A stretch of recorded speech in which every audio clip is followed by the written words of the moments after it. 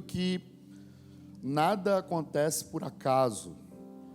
Eu creio que se estamos aqui é porque aprove a Deus sincronizar as pessoas dentro desse tempo específico, dentro desse lugar específico, dessa geografia, para que nós pudéssemos juntos ouvir sobre verdades eternas. Eu creio muito que Deus, Ele fala sobre próximas temporadas. Deus, Ele fala sobre coisas que estão por vir, exatamente para não nos deixar, não nos pegar surpreendidos. Então, Deus fala mais sobre aquilo que está vindo por causa da ignorância, porque nós não conseguimos nos antecipar, do que necessariamente para nos guiar. Então, eu creio que no Espírito, eu e você, todos aqueles que estão em Cristo, estão vivendo num tempo. Só tem um tempo que nós estamos vivendo. O tempo aceitável do Senhor, amém? Esse é o tempo que nós estamos vivendo. É o tempo aceitável do Senhor. Então, nenhuma reunião nesse tempo é inocente. Toda reunião, apesar de não ser intencional, talvez, para aqueles que vêm fazer parte, é intencional da parte do Espírito. Então, o Espírito está regendo esses dias. O Espírito está conectando pessoas nesses dias que estão aqui, não porque talvez você esteja de férias, não porque talvez você estivesse passeando e passou aqui, não. É porque Deus, Ele viu isso e decidiu fazer com que esse encontro fosse intencional para nós pensarmos sobre alguns assuntos que talvez vão ser norteadores para os próximos dias. Deus, Ele é perito em reunir. Então, o homem, ele foi feito para reunir. A Bíblia diz que o homem e a mulher foram feitos na primeira reunião, foram feitos uma só carne. O homem, ele está reunido com a sua família. O homem, ele está reunido com Cristo. O homem, ele está reunido na igreja. Então, me parece que a reunião tem a ver com algo que está dentro do coração de Deus. E se nós estamos aqui reunidos por causa de Deus, nós cremos que estamos reunidos de uma forma global e não de uma forma local hoje aqui. Então aqui nós temos pessoas de diversas cidades, de diversos estados, e isso é intencional da parte de Deus, porque eu creio que essa casa tem ditado tendências, muitas coisas que nós estamos vendo acontecendo no Brasil de forma positiva, de forma espiritual, tem partido desse púlpito, e isso nos traz muito temor. Eu tenho ido a muitas cidades no Brasil, e eu tenho visto, às vezes você entra numa comunidade ali de 50, 60 pessoas, aí você vê conhecimento, serviço, relacionamento, adoração, escrito lá na parede. Você vai em alguns lugares, músicas que são específicas dessa plataforma, estão cantando lá em pessoas que não têm nenhum vínculo conosco. Então, de alguma forma, Deus, aprove a Deus, pela sua graça, pela sua misericórdia, fazer com que esse púlpito dite tendências, libere, um tipo de tecnologia espiritual para os próximos dias. Isso tem acontecido desde quando, nos últimos anos, que eu tenho feito parte desse ministério. Então, se você está aqui, primeiro, você foi conduzido pelo Espírito de Deus para estar aqui. Segundo motivo, se você está aqui, é porque você nasceu para isso, você nasceu para reunir. Se você está aqui, é porque Deus está, nesse tempo, revelando coisas eternas, para que essas coisas eternas modelem esse tempo. Nós não podemos mais viver modelados pelas circunstâncias e pelo tempo que nós estamos vivendo, mas nós precisamos absorver coisas eternas e modelarmos o tempo.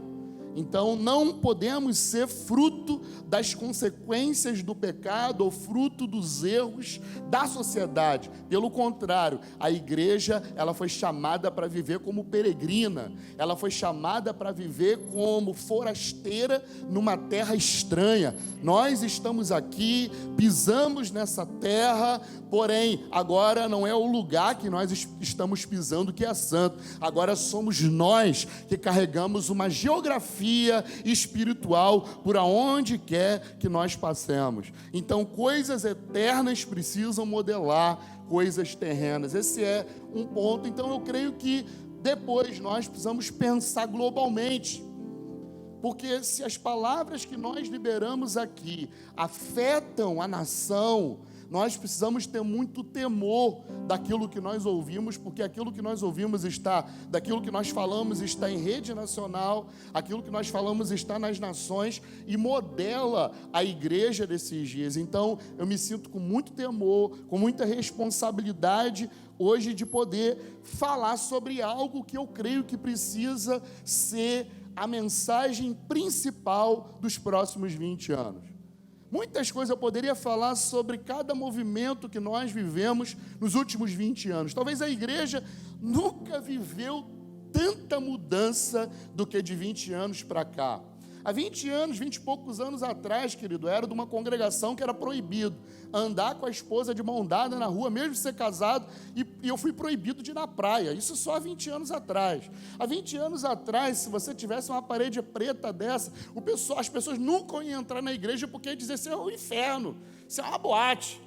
Então nós tivemos tantas e tantas mudanças. Hoje uma pessoa leiga, ela pode de alguma forma liderar um grupo, ela pode de alguma forma servir a Deus, coisas que há 20 anos dificilmente acontecia. Aqueles que poderiam liderar era somente os melhores, era somente os experts em assuntos, era somente aqueles que saíam dos seminários, somente esses é que poderiam liderar uma igreja ou liderar um grupo. Então nós tivemos mudanças tanto boas quanto ruins nesses últimos anos, mas a leitura que nós precisamos fazer é que muitas mudanças aconteceram.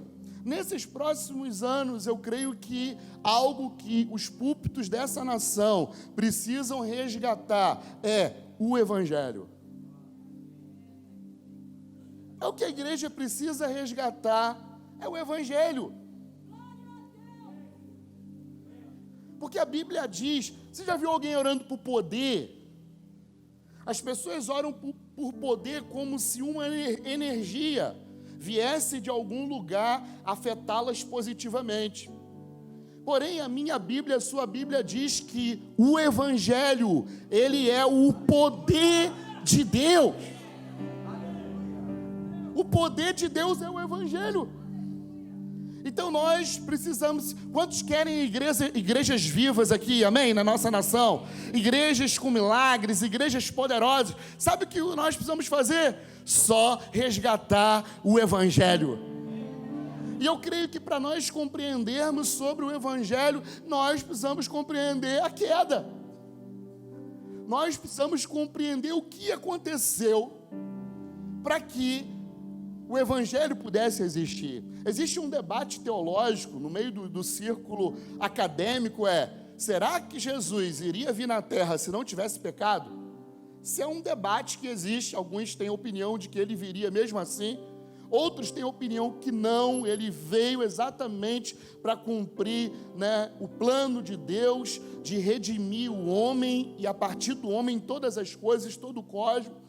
Mas enfim, o que importa para a gente hoje é pensar sobre isso. O que aconteceu com a queda? Sabe o que aconteceu com a queda? A queda trouxe consequências terríveis. Eu poderia citar aqui pelo menos 10 consequências da queda. Mas existem duas consequências que afetam diretamente o mundo, de uma forma mais ampla. A queda, ela trouxe, como diz lá em Gênesis 3, a Bíblia diz o seguinte: do suor do seu rosto comerá o seu pão. A queda trouxe meritocracia. Repita comigo assim: a queda trouxe meritocracia. Esse é um dos grandes empecilhos ao Evangelho. É um dos grandes empecilhos à graça de Deus. Porque sempre nós achamos que Deus recebe aquilo que nós fazemos. Eu falo isso sempre, a missão de Deus não é Deus fazendo alguma coisa, é Deus voltando a ser sobre todas as coisas, porque o problema do homem não é o que ele faz, não é o que ele está envolvido, o problema do homem é um problema de essência, é um problema de dentro para fora. Não é aquilo que ele faz que fez com que Deus enviasse o seu filho, não, foi o que aconteceu dentro dele. O que aconteceu dentro dele é o alvo da missão de Deus. E nós achamos que depois que fizermos alguma coisa, Deus vai nos amar mais. E isso é fruto da queda. Se nós somos homens e mulheres espirituais e ainda andamos pelos efeitos da queda, é porque nós ainda não recebemos iluminação no nosso entendimento, na nossa consciência. Por quê? Porque achamos que Deus recebe só aquilo que eu faço e não aquilo que eu sou. Mas aquilo que eu faço precisa ser diretamente ou estar totalmente ligado a quem eu estou me tornando em Cristo. Eu creio que a segunda coisa que acontece, eu poderia falar isso aqui sobre muitos aspectos da fé evangélica com relação à meritocracia, mas a outra coisa que acontece também rapidamente é que a Bíblia diz que a terra iria produzir espinhos e abrolhos. Sabe o que aconteceu? A terra se tornou escassa. Grande problema, olha que problema. Primeiro, meritocracia. Para eu poder colher o fruto, eu vou precisar colocar esforço para receber da terra aquilo que era natural de receber. Porque Adão, quando ele, antes dele pecar, na verdade ele não plantava, ele cultivava o jardim. E naturalmente, a criação, ela dava resposta ao cultivo de Adão. Ele começou a plantar depois da queda. Por quê? Porque só no suor do rosto é que a terra iria produzir. Ou seja, ele teria que aplicar muito esforço na terra. E isso fala da meritocracia. E a escassez? A terra para de produzir.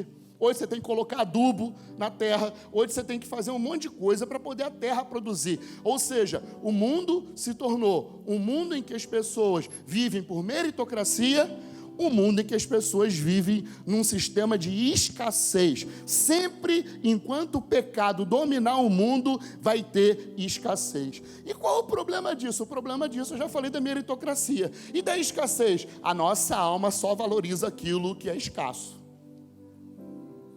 Sua alma só valoriza aquilo que é escasso, porque aquilo que é escasso tem valor. O que existir na terra de mais escasso é o que tem mais valor.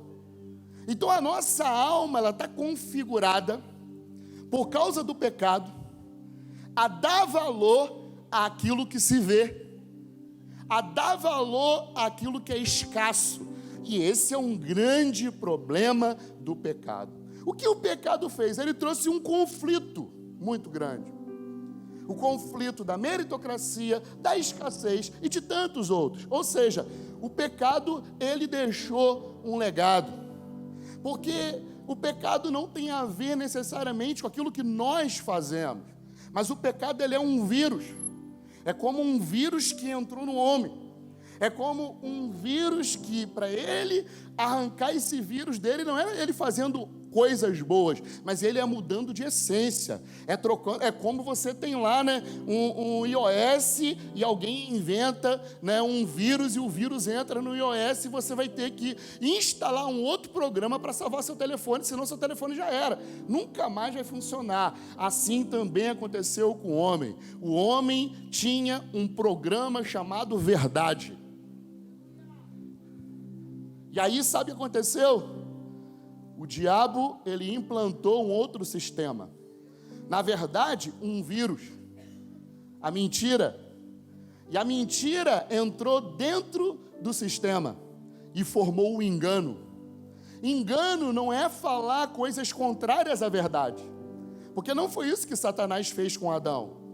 Ele não falou coisas que eram contrárias àquilo que Deus falou. Ele apenas manipulou a verdade. E pelo homem ter aceitado, entrou no homem, entrou na terra, entrou na criação, o engano. Então, o engano é muito parecido com a verdade. Então, nessa próxima década, eu creio que nós vamos precisar de um dom chamado discernimento espiritual. Porque você vai ver muita coisa que você vai ver muita gente falando, não, nós pregamos o evangelho. Só que se não tivermos discernimento espiritual, nós vamos ser enganados, porque o engano não necessariamente é falar mentira. O engano é o diabo manipulando a verdade de Deus. Isso é um engano. É dessa forma que Satanás opera nesses dias, por meio do engano.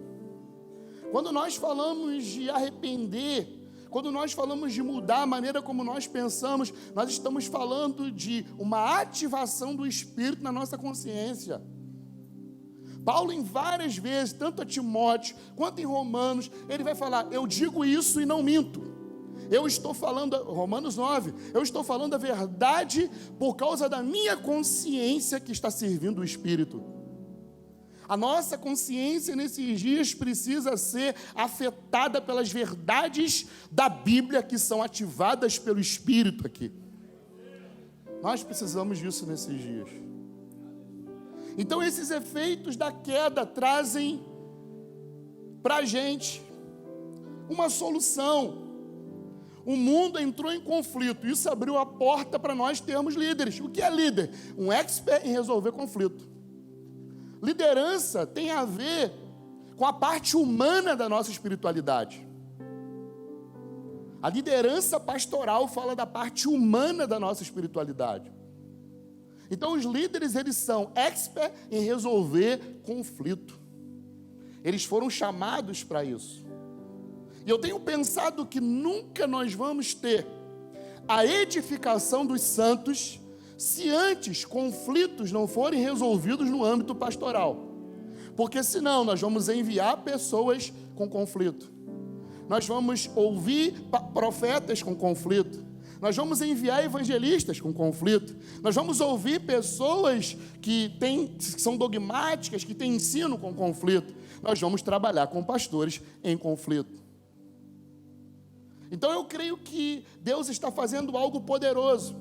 Eu tenho pensado sobre 5 ministérios nesses dias, pensado sobre como nós realmente podemos ver uma igreja saudável, podemos ver uma igreja operante no meio dos dons, uma igreja viva, uma igreja cheia da graça de Deus. Eu tenho entendido que, apesar da igreja ela ser apostólica e profética na sua natureza, ela, na sua administração, precisa ser 100% pastoral. 100% pastoral. Porque nos últimos anos nós precisávamos resgatar a concepção do ministério apostólico e dizer, você não foi vocacionado para ficar sentado no banco da igreja. Deus te chamou para você ser um vocacionado, então vai exercer a sua vocação. Porém, nesses próximos anos, eu creio que nós vamos ter a mesma mensagem, porque somos uma igreja apostólica. Você não foi chamado para ficar no banco, você foi chamado para ele, vocacionado, com uma finalidade, cumprir a missão de Deus, para que ele possa fazer coisas eternas aqui nessa terra. Isso não vai mudar, porém, eu creio que Deus vai levantar pastores segundo o seu coração. Muita gente hoje, meu irmão, está vendo as notícias do quanto os pastores sofrem, do quanto é pesado ser pastor. E sabe de uma coisa? Muita gente está desistindo da igreja de querer lutar para conseguir o ministério. Paulo ele vai dizer, aquele que almeja o episcopado, excelente obra almeja. Meu irmão, na minha geração, quando eu era novo convertido, era uma briga para poder o pessoal ser pastor. Todo mundo queria ser pastor. Hoje não. Hoje as pessoas querem se dedicar ao sacerdócio na empresa, ao sacerdócio em algum lugar. Meu irmão, deixa eu falar para você, a sua vocação lá fora não inibe a grande comissão. A grande comissão continua valendo para a igreja. Ainda que você seja um empreendedor, ainda que você esteja fazendo uma outra coisa, que você seja um professor, um trabalhador informal, isso tudo é legal, isso tudo faz parte, meu irmão, do mandato cultural, mas mais do que isso, Deus nos chamou para fazermos discípulos. A melhor coisa que um pai pode deixar numa geração é uma medida de Cristo revelado. Por isso nós precisamos do Evangelho. O Evangelho não é só para as pessoas que não conhecem a Jesus. O Evangelho é para a igreja. O Evangelho é o poder de Deus.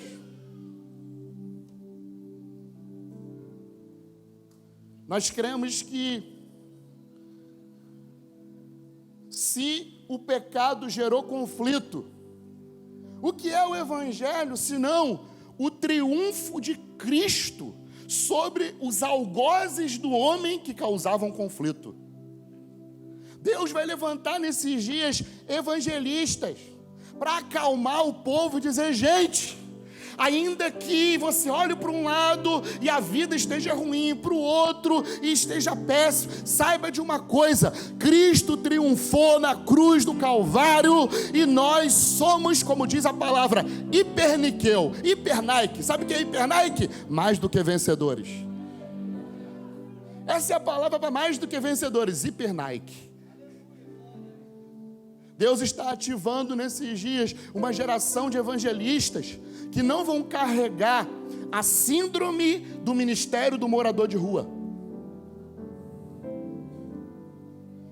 Porque nessa última década, sabe o que aconteceu? Muitos evangelistas não tinham uma casa para voltar.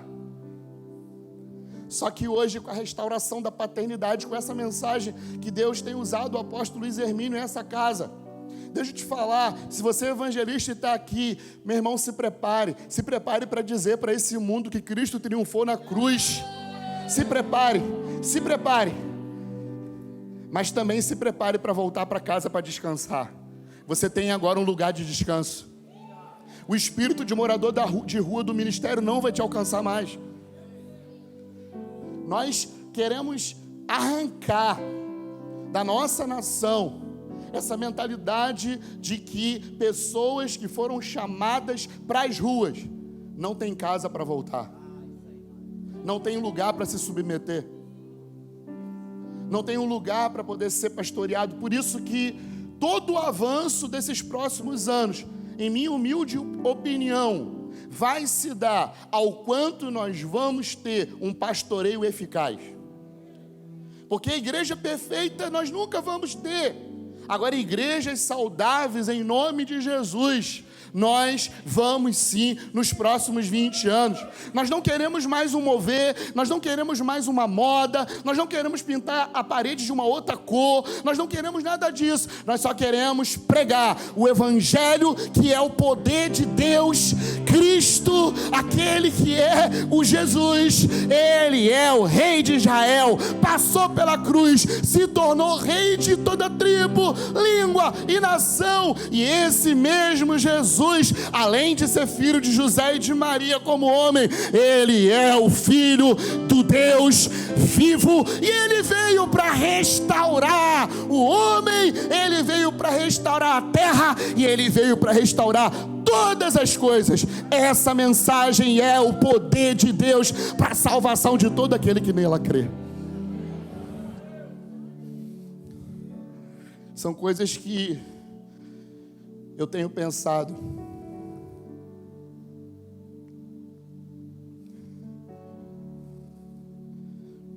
No Salmo 68,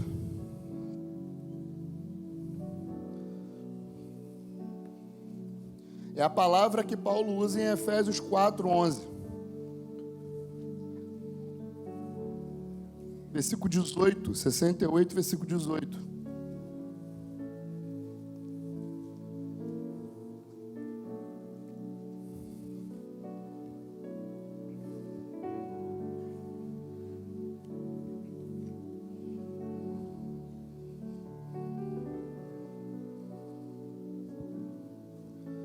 Subiste às alturas, levaste cativo o cativeiro, recebestes homens por dádivas, até mesmo rebeldes. Para quê? Para que o Senhor habite no meio deles. Sabe que nós queremos edificar o corpo de Cristo enquanto homens dons, apóstolos, profetas, foram chamados para edificar o corpo de Cristo. Para quê? Deus quer habitar no meio do seu povo. Qual é a forma de Deus habitar no meio do seu povo? Quando o povo é aperfeiçoado, quando o povo é tocado por essas graças ministeriais, porque a finalidade de Deus ter enviado homens dons eu quero morar no meio do meu povo. Então, do que nós precisamos, evangelistas? Para quê? Para anunciarem o triunfo de Cristo sobre a obra das trevas. Nós precisamos de pastores para quê? Para resolver os conflitos internos das pessoas, para que então homens dons possam liberar o encargo apostólico e profético e as pessoas serem edificadas, serem aperfeiçoadas. A palavra aperfeiçoada é como um artesão trabalhando numa obra, não é pegar do zero. Os 5 ministérios não tem a ver com nós pegarmos pedras brutas e trabalharmos nela. Os 5 ministérios tem a ver com nós pegarmos uma pedra que passou pela mão de um evangelista, pela mão de um pastor, e nós darmos os toques finais. Isso é aperfeiçoamento. Então nós estamos numa casa que é a casa que tem falado nisso há muitos anos. E nós não podemos tirar essa mensagem da nossa mensagem, porque essa mensagem ela tem a ver com o Evangelho. Sabia disso? Abra comigo em Efésios 4. Olha como tem a ver com o Evangelho. Não tem como desassociar os ofícios ministeriais do Evangelho. Efésios 4, verso 7.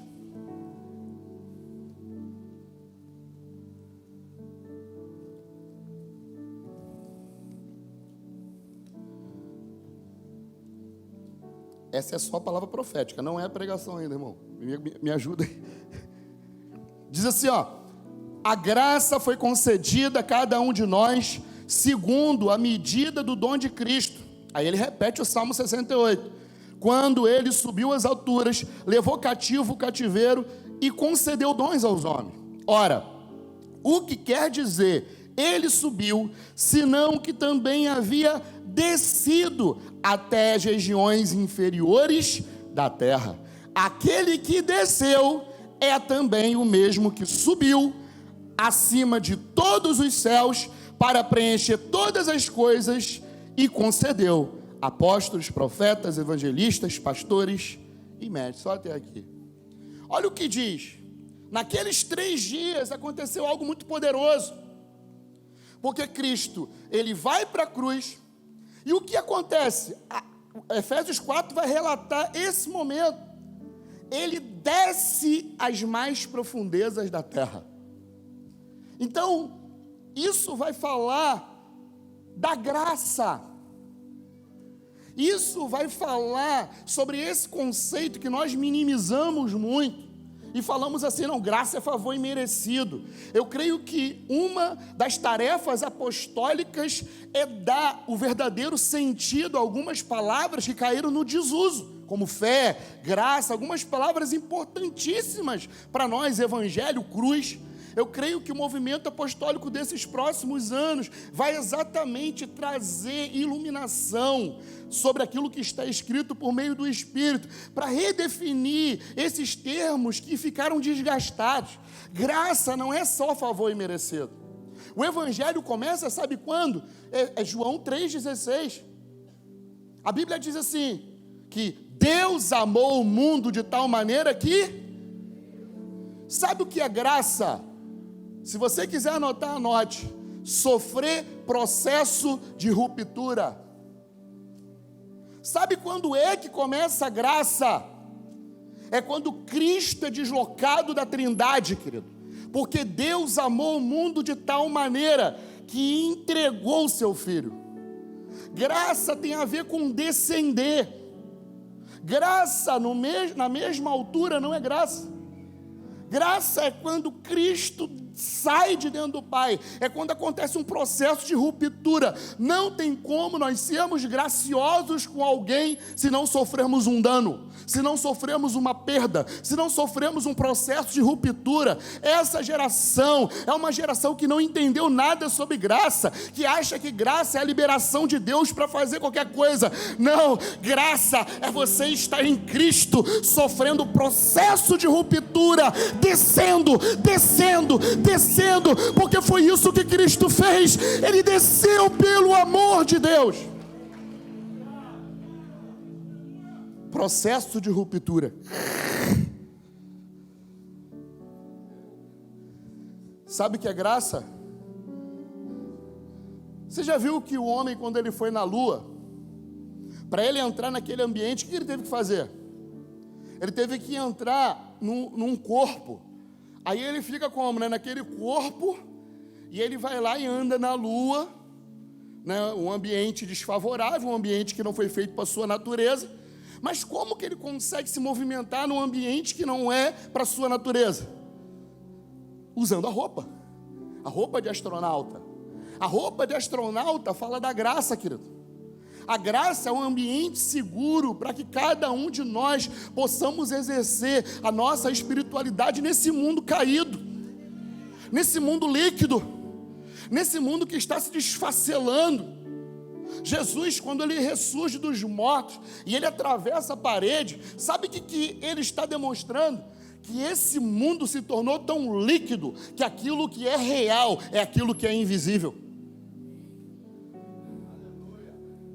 Porque ele atravessa a matéria e ele está demonstrando que a matéria agora é algo irreal, é algo que ilude, é algo que não tem a ver com aquilo que nós precisamos edificar. Nós precisamos edificar coisas invisíveis, coisas espirituais, coisas eternas. É isso que nós precisamos edificar. Jesus ressurge dos mortos e atravessa a parede, mostrando o que? Essa realidade está caída, essa realidade é líquida, essa realidade está desmoronando.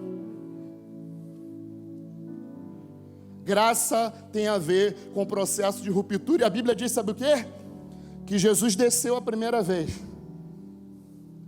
entrou na eternidade, desceu a segunda vez. Olha o tamanho da graça de Deus por nós. Ele desce a primeira vez, vem para a eternidade. Isaías olha e diz, ali está o Filho do Homem. Isaías fala que ele é maravilhoso, conselheiro, príncipe da paz e pai da... Isaías são 66 capítulos falando sobre o Messias, 66 capítulos falando sobre o Deus que criou o universo, Jesus. E ele diz, ele é o Pai da eternidade. Então, olha o tamanho da graça. Primeiro ele se desloca do Pai, porque o Pai te ama antes mesmo que você existisse. Ele cria todas as coisas, habita no meio da eternidade, porque te ama, vai gerenciando o plano da salvação até chegar à plenitude dos tempos. E quando chega na plenitude dos tempos, meu querido, acontece algo terrível. Abra comigo Filipenses.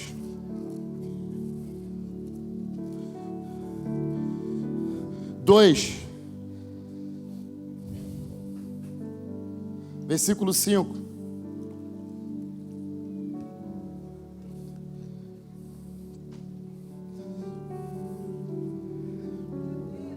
Tenham entre vocês o mesmo modo de pensar de Cristo Jesus, que mesmo existindo na forma de Deus, não considerou ser igual a Deus, algo que deveria ser retido a qualquer custo. Pelo contrário, ele se esvaziou, assumindo a forma de servo, tornando-se semelhante aos seres humanos, e reconhecido em figura humana, se humilhou, tornando-se obediente até a morte e morte de cruz. Por isso, Deus o exaltou sobremaneira e lhe deu o nome que está acima de todo nome, para que ao nome de Jesus se dobre todo o joelho, nos céus, na terra, debaixo da terra, e toda língua confesse que Jesus Cristo, Ele é o Senhor. Para quê? Para a glória de Deus Pai. Olha o que acontece. Ele desce, querido. entra no ventre de uma mulher chamada Maria. Acontece um milagre mais poderoso que eu creio que aconteceu. Deus se tornou um embrião. O Criador de todas as complexidades da galáxia, que até então o homem tenta entender e não consegue, porque só vai entender pela fé, né? Hebreus 11 explica isso. O Criador das coisas mais complexas que existem e que você consegue ver. Ele um dia abriu mão de toda a lógica, de todo o pensamento eterno, do pensamento do plano como iria se desenvolver, deixou de ser Deus, perdeu a consciência e habitou dentro do ventre de uma mulher. Abriu mão de ser Deus para se tornar um humano. Você acha que Jesus, como embrião, ele tinha o conhecimento que ele, enquanto Deus, tinha? Porque ele entra numa cadeia, querido. Essa cadeia é chamada corpo humano. Ele não era um bebê especial. Ele era uma criança normal. Dentro dele haviam duas naturezas, mas ele abriu mão de usar a sua natureza divina, porque havia um propósito enquanto homem. Paulo vai dizer uma coisa, que o pecado habita nos meus membros, porque talvez se o pecado habitasse na alma, Cristo não precisava ter vindo em carne. Mas ele vem em carne exatamente para aniquilar o pecado que está em mim e em você, até o dia que a trombeta tocar, a voz do arcanjo for ouvida, os que morreram primeiro serem ressuscitados, e nós, os que estivermos vivos, seremos transformados com um corpo igual ao dele. Ser espiritual não é nada. Sabe, esse homem é um homem muito espiritual, isso não é nada. Propósito de Deus é nós sermos gloriosos. Ser espiritual, tá bom. Agora Deus quer que nós sejamos gloriosos, que expressemos a glória dele, que expressemos a sua imagem.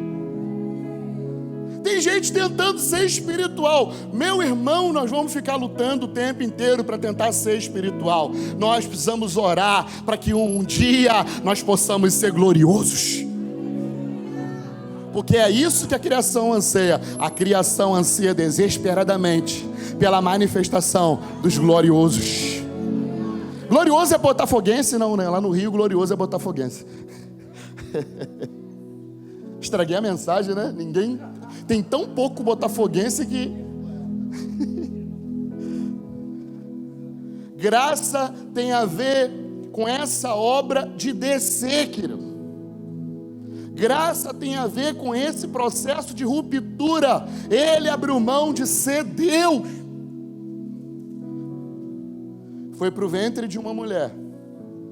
Aos 9 meses ele cresceu. Mas você acha que ele tinha superpoderes? Levantava, né, como Superman quando era pequeno, que levantava um caminhão? Não!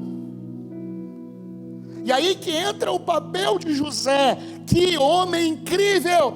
Nós precisamos resgatar José e Maria na igreja evangélica. Precisamos resgatar, porque há tempos atrás, por causa disso, Maria é mãe de Deus. Tá, ela foi mãe de quem se não foi mãe de Deus, querido? Nós precisamos quebrar essa loucura que tem no meio evangélico. Nós temos medo de dizer que Maria era mãe de Deus. Afinal de contas, quem nasceu foi quem?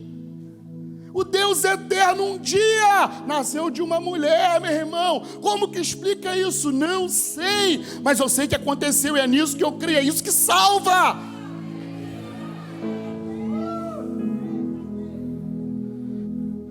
ela conteve esse menino 9 meses no seu ventre. Com 9 meses ele nasce. E sabe o que José faz? José começa a ensinar a Jesus as palavras que estavam sobre ele. José pegava o livro de Isaías e dizia: meu filho, isso aqui é você. Essa palavra aqui de Jeremias é você.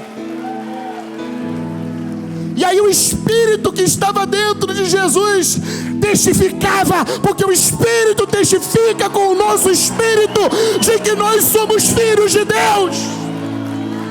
E se somos filhos, somos herdeiros. Isso é sobre você. Jeremias falou sobre você. Daniel falou que o seu reino é eterno, filho. Você sabia que você nasceu, mas você é eterno?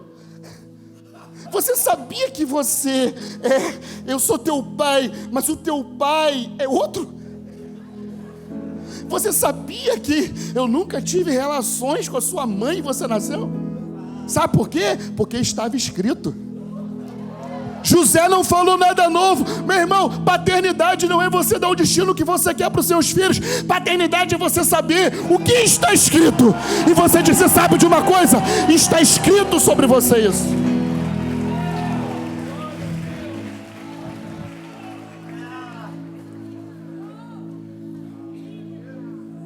O anjo desce. Zacarias, né? Zacarias é incrível também. Precisamos valorizar esses homens de novo, irmão.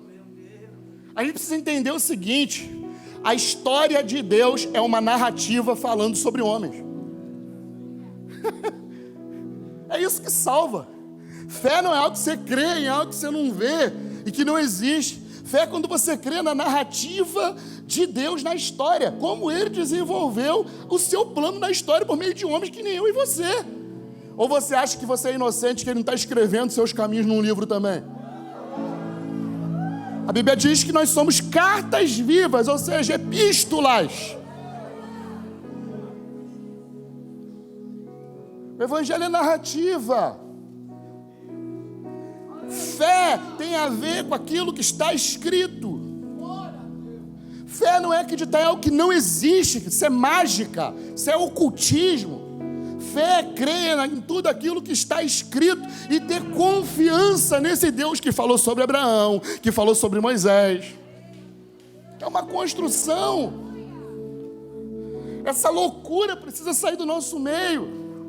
Nós precisamos ter confiança no mesmo Deus que Abraão teve confiança. Por isso está escrita a história de Abraão. Nós precisamos ter confiança no mesmo Deus que andou com Moisés. Deus talvez não vai aparecer para você nunca, mas você tenha certeza que da mesma forma como Ele andou com Abraão, com Isaac, que Jacó, Ele anda com você. Isso é fé.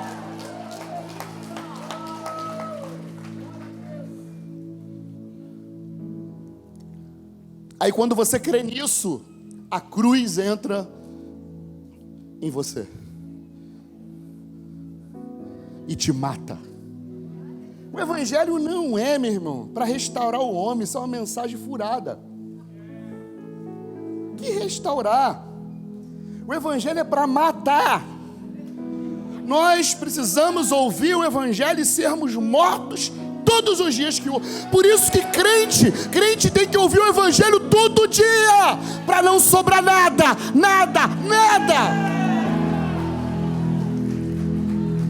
Jacó está cheio de B.O. na vida, fugindo do irmão, tentou comprar o irmão, não deu certo, cara, não, vou matar ele com presente, com tudo. Ele tem um primeiro encontro, ele vê, né, a casa de Deus, e eu falei isso com o apóstolo Luiz hoje. Deus está restaurando o temor, querido, de estarmos na casa. Deixa eu te falar, Deus não habita em tendas, mas Ele é um Deus que habita. Ele não habita, mas Ele é um Deus que habita. Ele não tem uma geografia que o comporte, mas Ele habita em geografias também. Deus é Deus de lugar. Porque se Deus não fosse Deus de lugar, não escolhia você para habitar. Deus continua sendo Deus de lugar. Quando Jacó, ele tem a visão da escada, sabe o que ele diz? Esse lugar é terrível. Sabe quem foi Jacó? O primeiro que viu a igreja, a realidade do céu conectada com a terra, e anjos subindo e descendo. Quando ele vê a igreja, sabe o que ele diz? Ele diz assim: esse lugar é terrível, eu estou com medo, temor. Esse lugar não é outro lugar. Aí ele renomeia o lugar. Sabe o que aconteceu com essa geração? Nós nos tornamos irreverentes por causa da liberdade, porque confundimos liberdade cultural com liberdade espiritual. E espiritualmente você é escravo, querido, de Deus, em Cristo, você é servo dele. Culturalmente, meu irmão, agora nós confundimos liberdade cultural e nos tornamos irreverentes.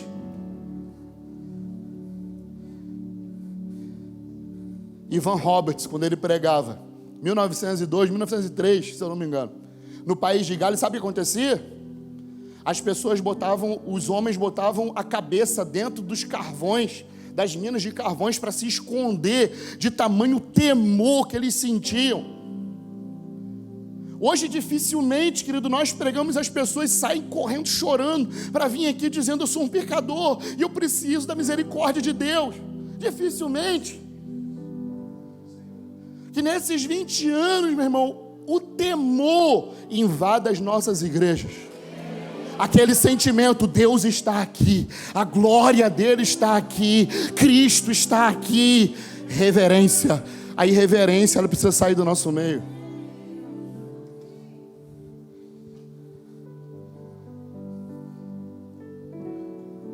Jacó, ele continua sendo perseguido pelo seu irmão. E aí no capítulo 32, sabe o que acontece? A Bíblia diz que Jacó luta com um anjo, com um homem. Para mim, depois você pode pesquisar sobre isso, ele lutou com Cristo. Para mim, eu não tenho nem dúvida disso, mas ele luta com Cristo. Sabe o que acontece?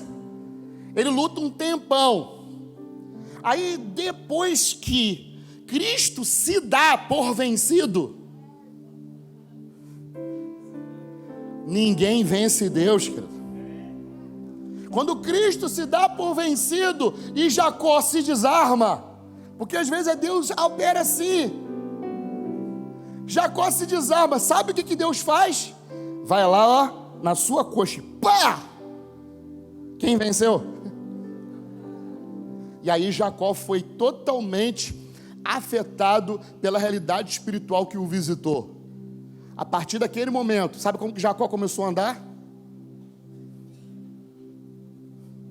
E aí a Bíblia diz que o anjo trocou o seu nome e disse: agora você não é mais Jacó, mas o seu nome é Israel. Porque vencer com Deus é perder para Ele, é ser marcado por Ele. Eu não acredito numa geração que diz que está em avivamento, mas não é afetada a ponto da sua postura mudar. O que acontece com Jacó é que agora, meu irmão, o povo olhava para ele e ele mancava. E o povo dizia: sabe o que? Ali está um homem que foi totalmente afetado na sua postura por causa da presença de Deus. Não tem como estar na presença e não ser afetado, meu amigo. Senão é só purpurina. Ar-condicionado, meu irmão, o povo ar-condicionado queima, sai uma fumaça, o povo, aleluia, é a glória lá. Jogam purpurina, a glória pó de ouro. Não estou dizendo que isso não possa existir, mas na maioria dos casos, sabe por quê?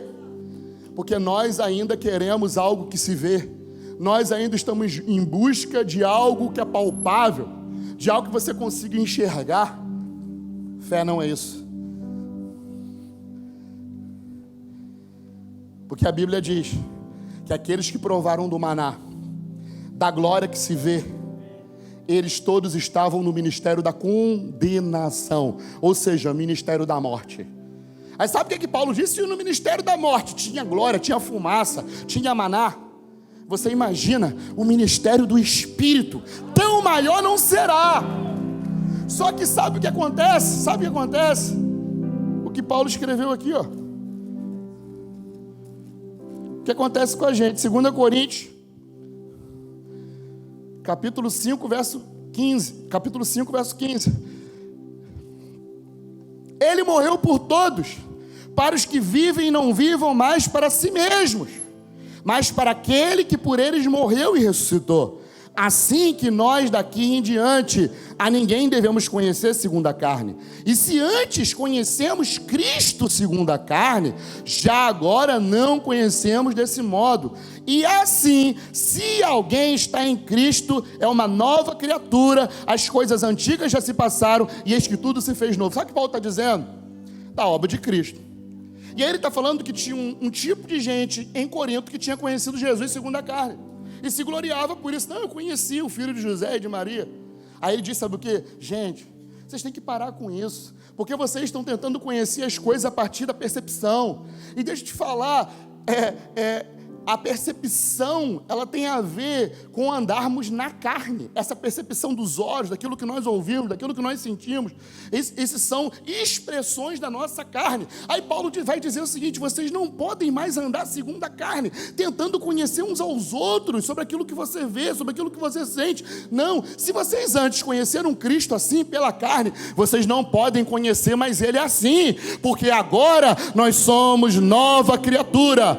Todas as coisas velhas já se passaram, ou seja, aquilo que é da carne se passou e tudo agora é espiritual, tudo agora se fez novo.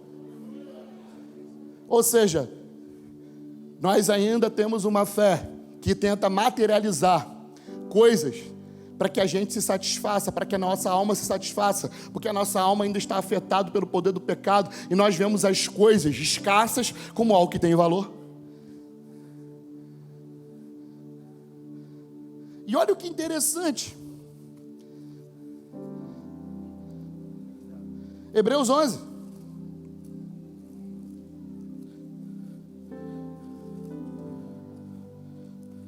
Tiraram Hebreus da minha Bíblia só para poder não pregar, irmão.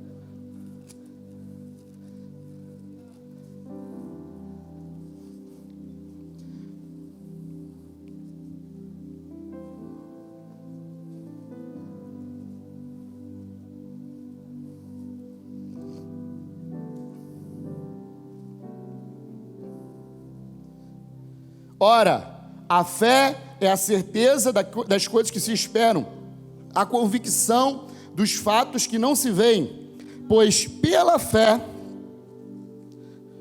os antigos obtiveram um bom testemunho.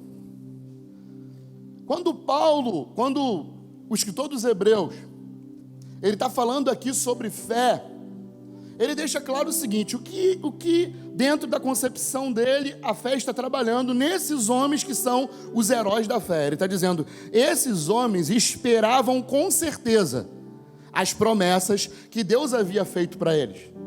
Então, quando o escritor dos Hebreus, ele não está definindo para mim e para você. Nós precisamos compreender que quando o escritor escreve a carta, ele tinha um primeiro destinatário. Só foi chegar a gente em 2000 anos. Mas quando ele escreve, tinha uma intenção primária.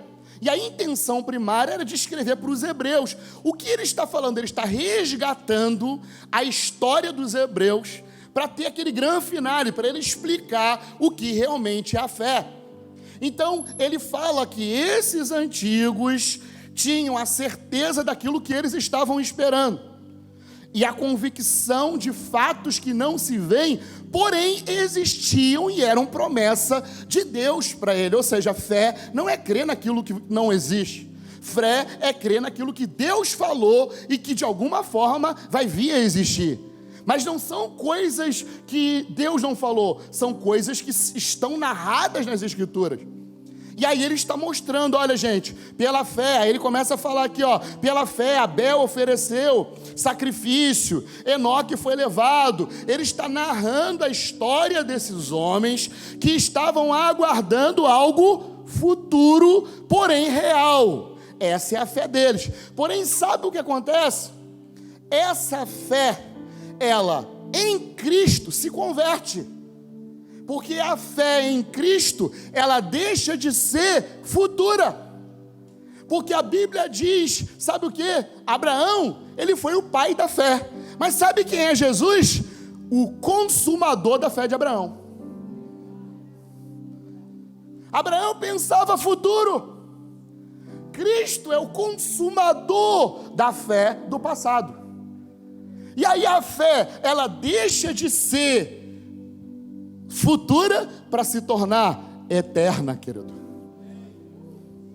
A fé que nos move hoje não tem a ver com o futuro, mas tem a ver com coisas eternas e reais. A Bíblia vai dizer lá em Efésios 1, versículo de número 2: bendito seja o Deus e Pai de nosso Senhor e Salvador Jesus Cristo, que já nos abençoou com toda sorte de bênção nas regiões celestiais. Efésios 2, nós que morremos com Cristo, com Ele também ressuscitamos e estamos assentados com Ele. Ou seja, eu e você estamos numa posição espiritual privilegiada.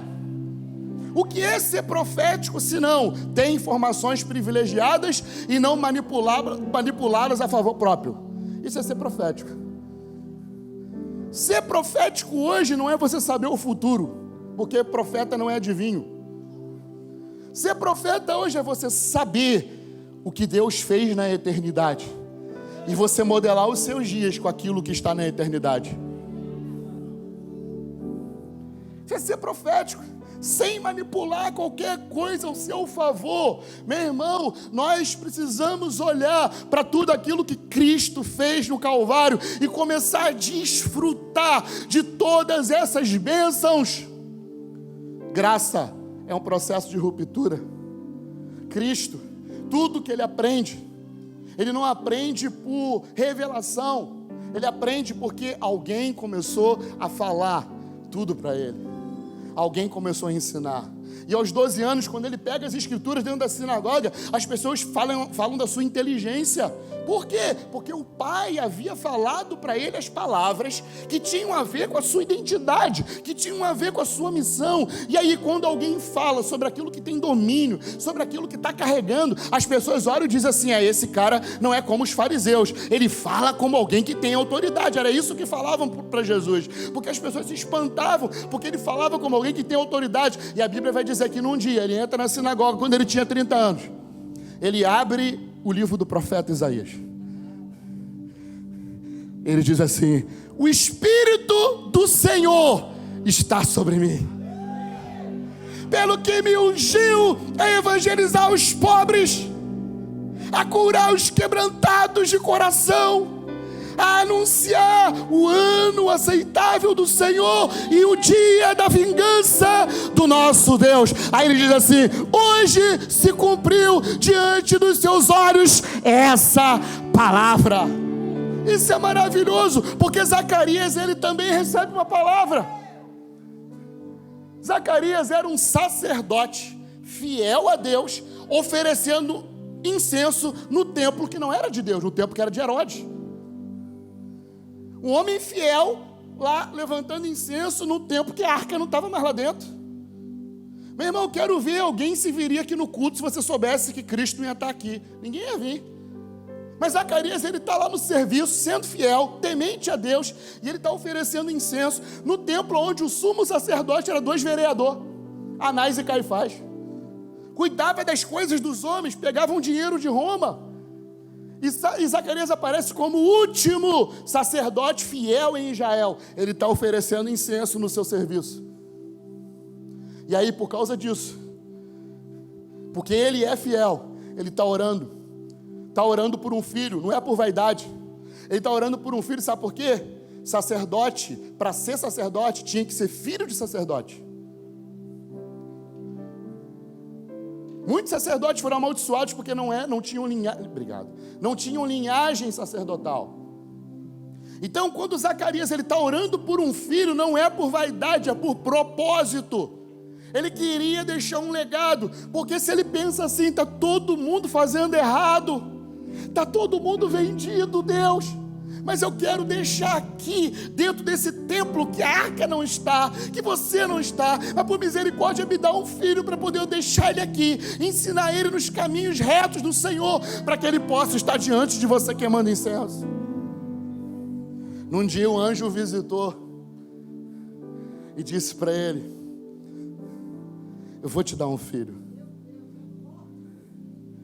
Eu vou te dar. Acontece aquilo que você sabe, ele ficou mudo, não acreditou muito bem, porque era já avançado em idade. E aí, aquele menino nasce. Quando aquele menino nasce, sabe o que acontece? Todo mundo na região da Judéia fica espantado.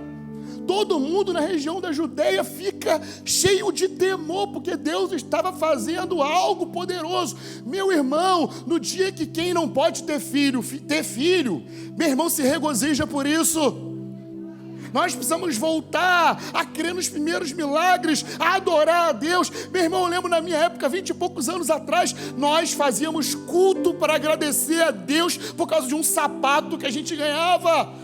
E hoje as pessoas têm tudo e não conseguem oferecer sua vida como sacrifício a Deus. Nós precisamos resgatar esse homem, ele fica mudo, a cidade fica com temor, cheia de temor, porque algo assombroso aconteceu. Um homem de idade, avançada em idade, agora iria ter um filho. E o anjo diz para ele: ele vai ser aquele que vai consertar as veredas do povo, vai chamar os homens de Israel ao arrependimento. Ele vai ser aquele que vai preparar um povo habilitado, um povo ativado para Deus. Ele vai ser aquilo que Isaías disse: a voz do que clama no deserto. Versículo 80 do capítulo 1 de Lucas diz que o menino crescia em graça e sabedoria no deserto até os dias da aparição pública a Israel. Até 16 anos, sabe o que aconteceu com João? E olha só, o nome dele deveria ser Zacarias Júnior, mas o anjo intervém também e diz assim: o nome dele não vai ser Zacarias Júnior, vai ser João, porque a cultura judaica, você dá o nome do pai ou dos avós, não pode dar um nome que não existe. Mas o anjo veio com o pacote completo, deu o filho, falou o propósito da vida dele, a missão dele, e deu também o nome. E todo mundo ficou: por que vai dar esse nome? E ninguém da sua família tem esse nome. Sabe por quê? Deus estava fazendo uma ruptura no tempo. Deus estava transicionando aquele tempo. E toda vez que Deus transiciona tempo, Ele muda nomes, Ele muda a linguagem. Eu falo isso sempre. Você quer saber qual é a maior consequência de um mover de Deus? Deus gera no povo uma outra linguagem. Nós nunca ouvimos falar tanto de reino como nós ouvimos hoje, porque isso é fruto da nossa teologia, é fruto daquilo que Deus está fazendo no nosso meio. Quase nunca você ouviu sobre 5 ministérios, sobre reino, sobre justiça, como você tem ouvido nos últimos anos, porque Deus transformou a nossa linguagem por causa daquilo que Ele está fazendo. E aí, sabe o que acontece? João, ele cresce, se desenvolve, e ele poderia estar no templo, mas sabe o que ele faz? Ele fica no deserto. E sabe o que o seu pai faz? O seu pai pega também as escrituras e diz assim: meu filho, deixa eu te falar. Sabe o que Isaías falou aqui? Que você é a voz do que clama no deserto. Você não é a voz que clama no templo. Você não é a voz que clama em Israel. Você não é a voz que clama em Jerusalém, a voz que clama em Pentecostes. Você é a voz que clama no deserto. Zacarias pegou o seu filho e colocou no lugar do seu propósito, no lugar aonde a palavra estava sobre ele. Meu amigo, saiba de uma coisa: Deus, Ele liberou sobre nós nesses anos paternidade. Agora, paternidade não é você fazer o que você quer, porque você tem um pai. É você saber que existem palavras que estão sobre nós, que regem a nossa movimentação, e nós não somos livres para fazer outra coisa, porque isso é rebelião.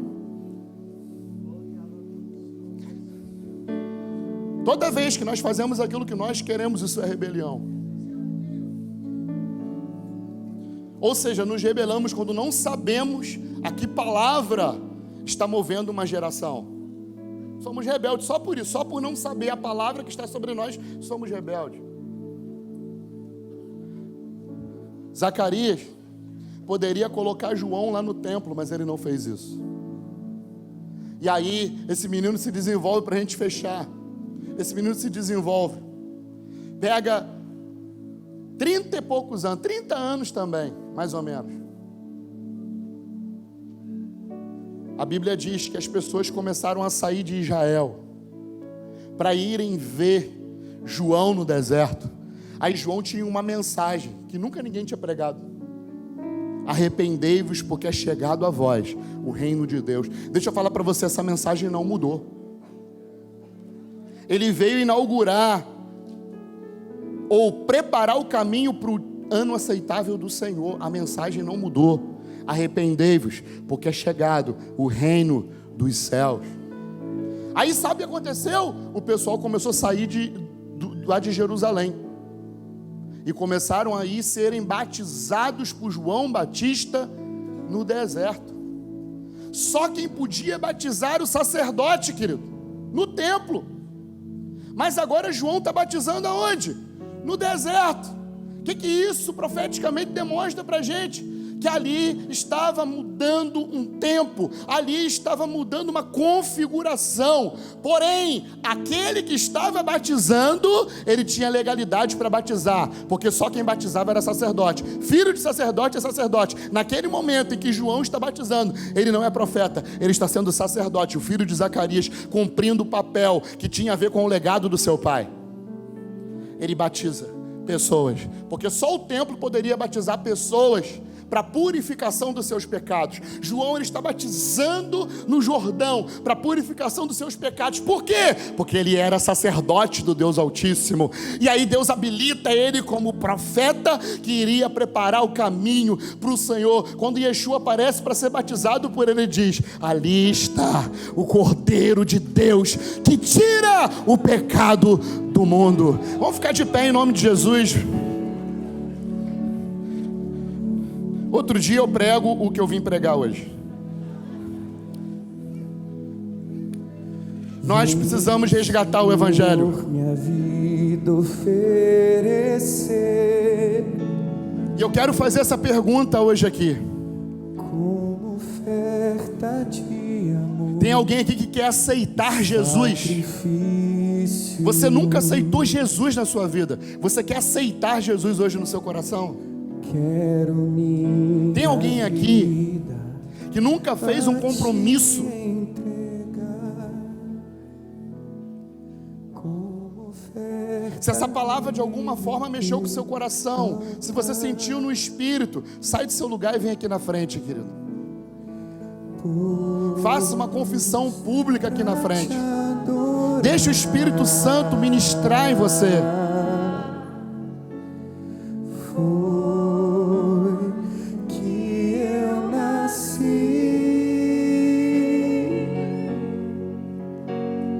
cumpre em mim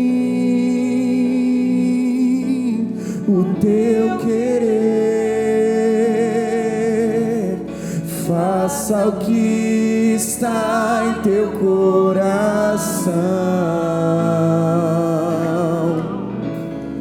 E que a cada dia eu queira mais e mais estar ao teu lado, Senhor. Andar na graça é andar inclinado.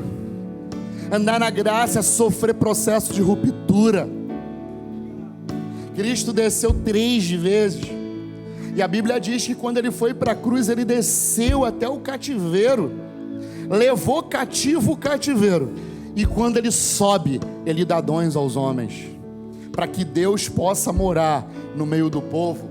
Cristo teve que sofrer processo de ruptura.